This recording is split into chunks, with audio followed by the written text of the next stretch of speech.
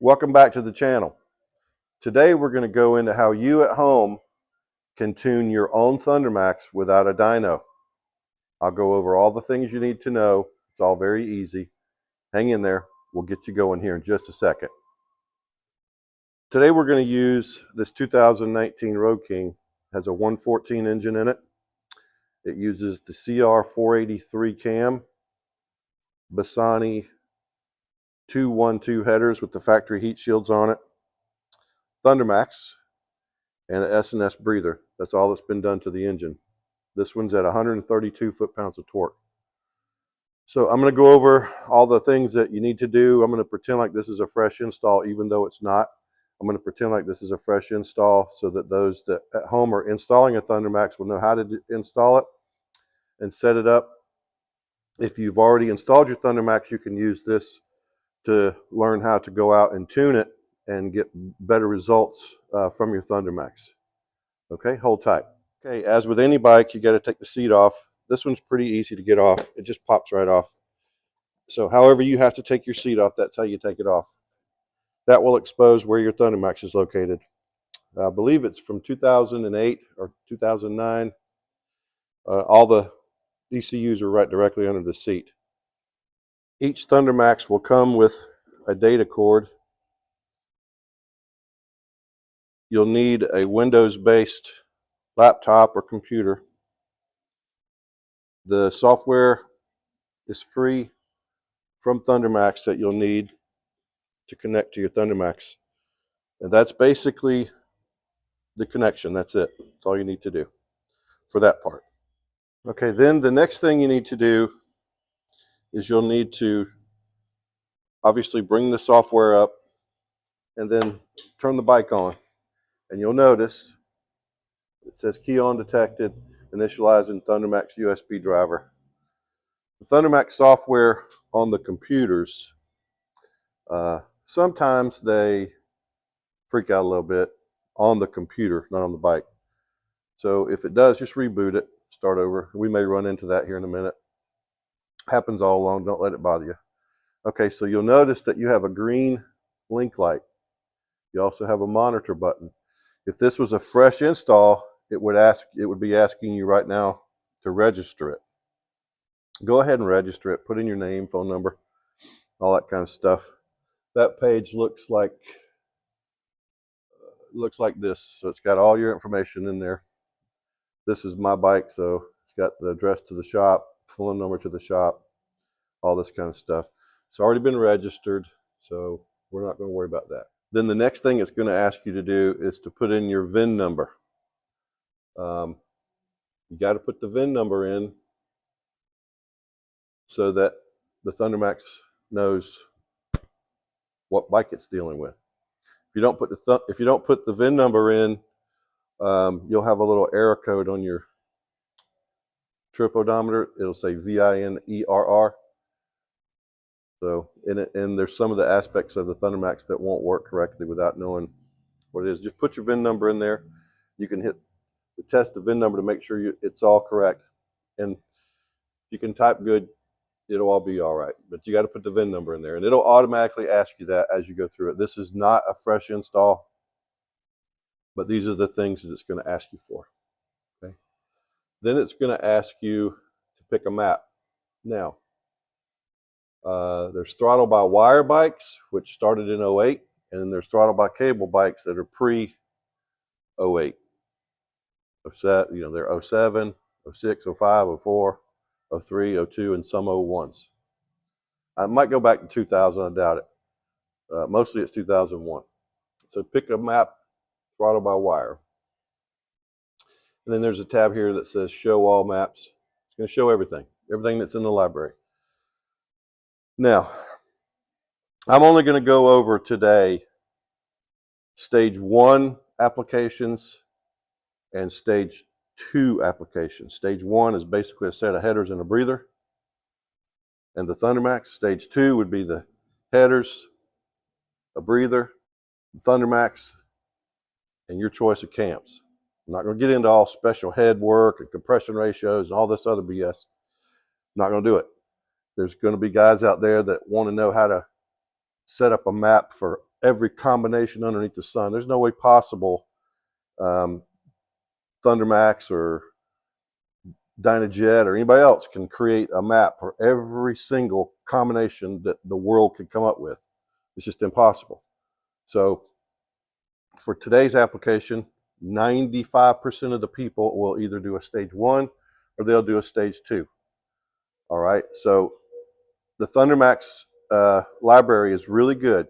Now, if it doesn't happen to have your exact application, pick something that's close enough to it. All right. I'm going to show you how to choose a map, but I'm not going to load it into my bike because I already have this map set up the way I want it, and I'm not going to change it. I could pull it out and save it, put it back in, but I'm not going to do that. We get the idea the way we're doing this.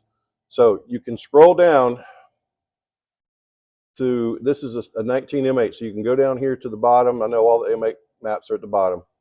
Now, if you right click on this row here, right click on it, it's going to bring up all Milwaukee 8 stuff. Okay, this happens to be a 114, so come over here and click on the 114, right click on it, and it's only 114 stuff. Now, you can scroll over with the bar to the map, to the cam area. If you got a stock cam, pick one of the pick one of the ones with the stock on it. Let's just say, for example, this is a stock cam, and all we're going to do is a stage 1. So I'm going to right click on stock cam. Now you can come back over here to the exhaust. You got a choice there. That 2 into 2, which is true duals, or 2 into 1 D&D Fat Cat.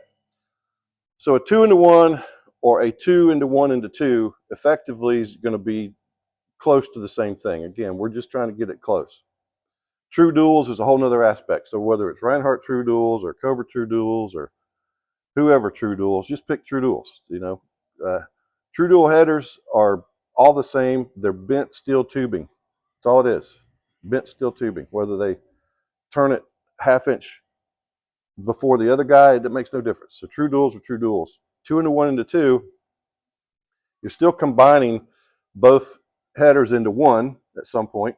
And if they split back out into 2, well, you've basically done the 2 into 1 theory. You're just splitting it back out into 2. The performance might be a little bit better on a dyno with a true 2 into 1. You might get 1 or 2 digits difference. I don't know if that even would come into play. But a 212 header, like a Bassani 212 or a Cobra 212 or SNS 212, just pick the other choice here, which is 2 into 1. Okay. So then when you choose it, it's going to come up right here. I'm not going to load it in my bike. I'm just going to show you what you do. At this point, you would go right down here where it says load base map. Click that, and then it'll load the map from the laptop into your bike. Okay, we're not going to do that. We're going to pretend like we did that. Okay. All right, so then the next thing you're going to do is once the map is loaded into the bike, you're going to turn the power off. Remember, the Thundermax is literally a computer. I don't know if any of you guys have ever called in for tech support for your laptop at home or your desktop at home, and the guy always goes, okay, we need to restart your computer. Well, that's what you have to do. It's the same thing as a computer. So there's a lot of that goes on. Just about every time you do something, I want you to turn the thing off. Wait till your link light goes out. That's just like when you unplug it from the wall and the computer dies all the way. And then when you plug it back into the wall, you can hit the start button. Then you want to turn it back on. Your link light will come on after it links up. The link light, the green link light will come on. Now you have literally just loaded that map into your bike. All right. Now in this case, you can kind of ignore this. But in this case, I'm going to read the map that's in the bike. I'm going to pull out what all the goodies that's in this one. It's a good idea to read them anyway, although it does it for you automatically. Reading it means you're pulling information from the motorcycle into the computer so you can see what's going on. There's never really a direct connection. When you do things here, you're not doing things to your bike. You're doing things to the software, and then you're putting it in the bike. Okay, so we can monitor the thing by hitting the monitor button. It brings up some of these gauges down here on the bottom. Battery voltage, AFR target. That's what the Thundermax is looking for. AFR is air-fuel ratio. That's what the Thundermax is looking for according to the map that you just installed. Okay, AFR rear, AFR front, that's what's going on right now when the engine's running. That's what's happening right now. So the wideband, 18 millimeter wideband O2 sensors that are in each header that come with the Thundermax, in layman's terms, are reporting back to the Thundermax going, hey, this cylinder's doing this, you need to make a change. This cylinder's doing that, you need to make a change. Hey, this cylinder's doing good, you can leave me alone. That's what it's doing. And these are pistons going up and down, by the way. If you haven't noticed, that's what these are. These are pistons going up and down. So anyway, it's live. The Thundermax is live. It's working all the time, doing its thing. When you're doing your initial install and everything's fresh, you got to do what's called an idle tune, initial idle tune. That does mean idle. That doesn't mean wrap the throttle and see if you can see changes. That means you crank it and leave it alone. So the page you want to watch is over here on air-fuel ratio curves and AFR correction versus engine temperature. Now on this one, it's probably not a really good example. There's green, what we call cookies on here, because I've been riding it and it's been tuning. In a fresh install, you would only see the red line right here. All right, you would see the red line. So what I'm going to do in this case is I'm going to do an auto map, which is going to seal in what it's learned over the past. And you'll notice that what's green will now become red. So you'll notice when it's done, all the green cookies will turn red. That will become the new base map that it's learned specifically for this bike. Okay. So I know it's a little jagged, but this is a sort of a hot rod engine combination. Don't worry about that. That's fine. What we're going to do is we're going to do an initial idle tune. Pretend as though this were a fresh install. I'm going to crank the bike up. The current temperature right now is 60 degrees, and that's about right. It's about 60 degrees in this room, and this bike has not been started in probably a week. I'm going to start the bike, and we're going to give it a minute for everything to settle down, and we're going to watch these AFRs here and see where they are. They should generally wind up in the green, and then whatever figure this tells us, somewhere in the 13 range for startup, will be there. Okay, we're going to go ahead and start the bike.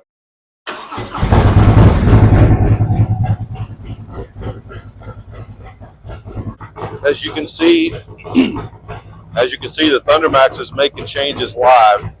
This is an idle tune. Again, it's going to do that for all bikes. That's good. That lets you know everything's in good shape. If you'll notice the AFR front and rear, they're dancing around the center. That's what you want to see. And your AFR target is at 12.4 to 1. That's what the Thundermax wants to see. That's like having the choke pulled out when you have a carbureted bike. That's what it's doing. It's basically choking it right now to get it warmed up. And as it goes on, the AFR target will lean out a little bit. This process takes about 10 minutes or so.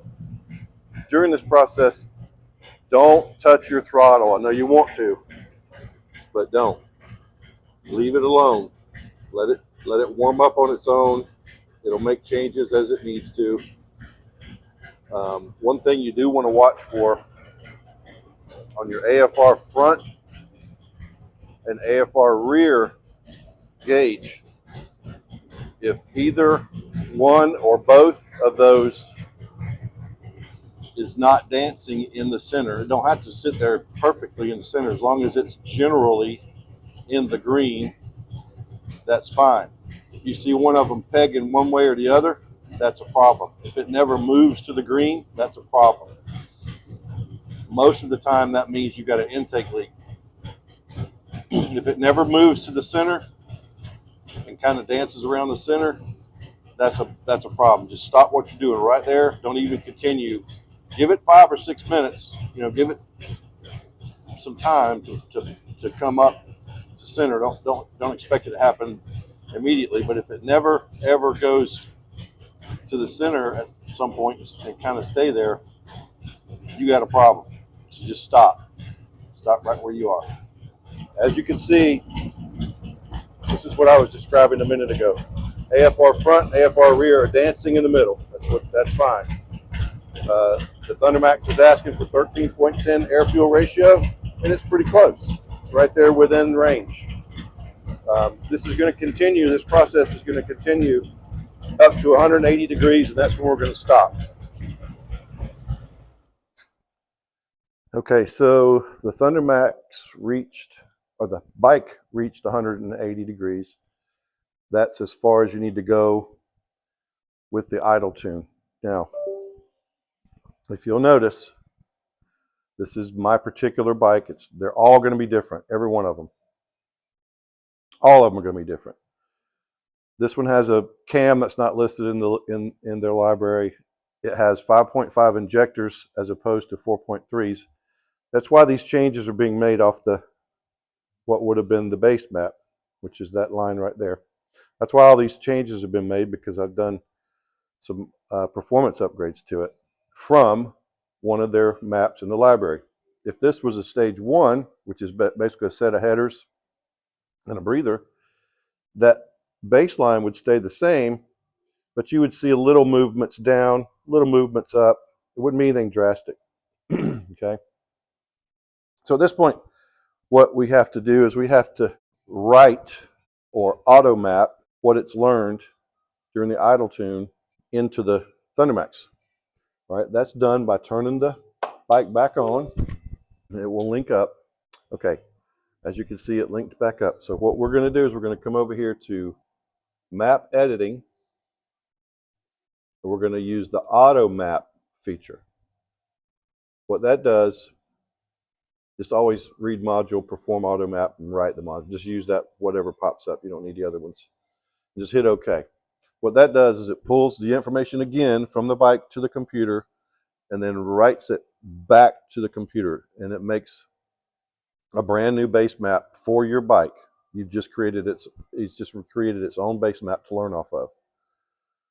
Now, Thundermax can learn, if there's a lot for it to learn, up to 10% each session. Thundermax describes a session as when you get on the motorcycle, crank it, and ride it somewhere and turn it off. That's a session. It can only learn 10% of its potential per session. So the more sessions you can do, the better and quicker that it'll learn.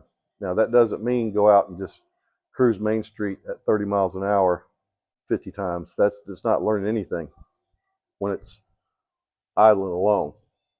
So what I'm going to do now is go over the method that I use to tune these bikes each time, and I always get great results. And I don't have a dyno, don't need a dyno. Thundermax is going to do what it's going to do whether you have a dyno or not.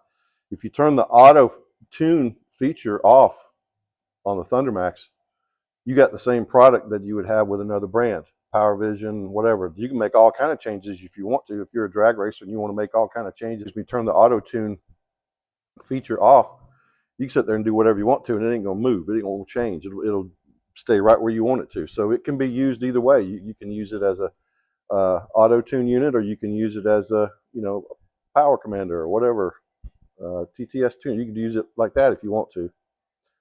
But most people use the Thundermax because it's very good at tuning on its own, and it's a really, really good unit.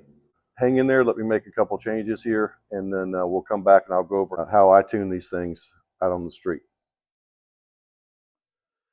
Okay, bear with me for a second as I explain what I have going on here. This is just regular old painter's tape. It's nothing special, and a Sharpie. It's creating a gauge for you to use when you're out riding. All right. In no way, shape, or form am I endorsing anyone to go on a public highway and do what I'm about to describe to do, because you're going to be breaking the speed limit. You're going to be in dangerous conditions, especially in heavy traffic, or dogs running out in front of you, or people backing out of their driveway, or whatever. So be mindful of where you're doing this. Wear all your safety equipment, gloves, helmet, boots, leather jackets, leather pants, all the proper stuff, and find a road somewhere that is not a public road, or whatever you decide that you need to do. If you get a speeding ticket, don't call me and say, hey, Steve Carr said go out and run up down the streets and do 100 miles an hour, and I got a ticket. Now you got to pay it. Nope. I'm telling you right now, don't do this on the streets. You got to find another place to do it. Okay, with that said, the Thundermax will only tune when it's under a load. In other words, if we had a 5-mile long road at a 45-degree angle that went up into the sky, that would be perfect. A dyno will create those conditions because you can use the eddy brake on it to put a load on the Thundermax, and it'll tune it pretty quickly. So in that case, if you have a dyno, you can use the eddy brake on it to put a load on it, but it's not being tuned by, quote, a human. There might be some timing changes made if it needs it, but basically the Thundermax tunes under a load. So we're going to create a load by riding it in a certain fashion in a certain gear. So first thing you're going to do is go out and make sure the bike's warm. Get it up to operating temperature. Run it around for 5 or 10 minutes. And then go to your designated location, wherever that might be, and you're going to put the bike in 4th gear. 4th gear. 5th gear, you're going to be going way too fast. There's no need to do that.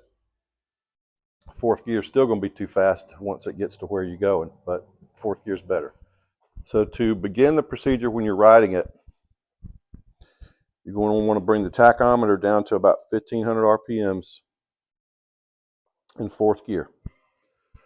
So you've got several different locations here. You've got closed, wide open, halfway, quarter, and 3/4. It's going to take a while to go through all these exercises, but it'll be a fun afternoon of riding. So at 1500 RPMs in 4th gear, you're going to bring the throttle to half throttle and leave it. Leave it there. You want the tachometer to climb to 4,500 to 5,000. That's all you need to do. It ain't going to be hitting the rev limiter, but you're not going to be hitting the rev limiter riding around the city streets anyway. On an everyday ride, once all the new wears off, you probably won't go past about 3,500 to 4,000. I know there's guys out there that say I ride my bike wide open all the time. I know there is, and that's fine. You do what you need to do. What I'm telling you is the way to do this on an average everyday stage 1 or stage 2 to get the Thundermax to work correctly.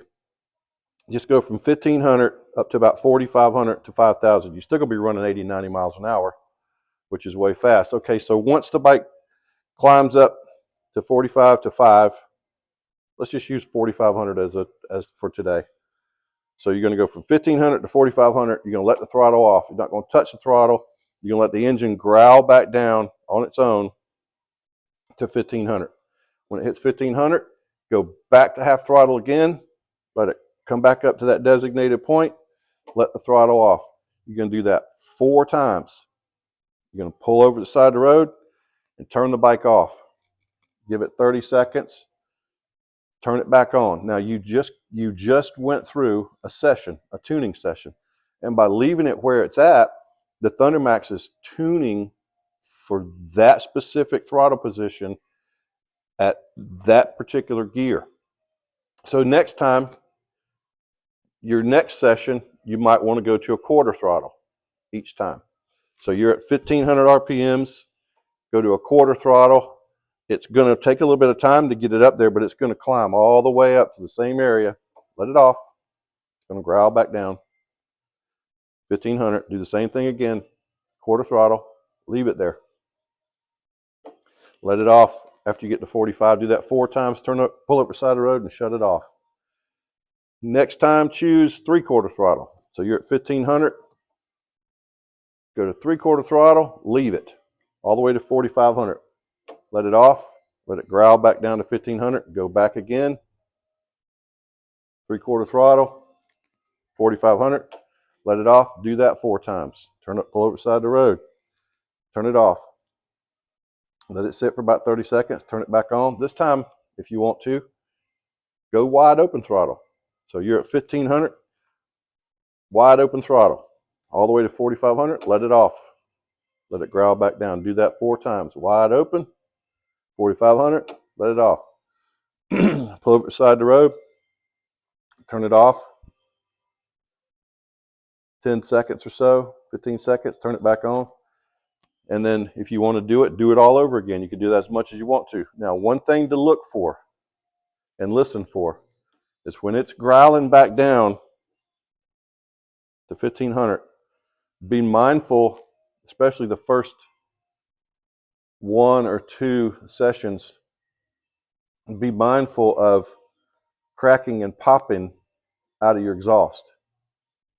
If it's cracking and popping at a certain area, let's say it's the 3000 to 3500, 25 to 3500, just keep noticing it. Keep listening. Eventually that popping and cracking is going to go away. You're going to hear the Thundermax make changes live.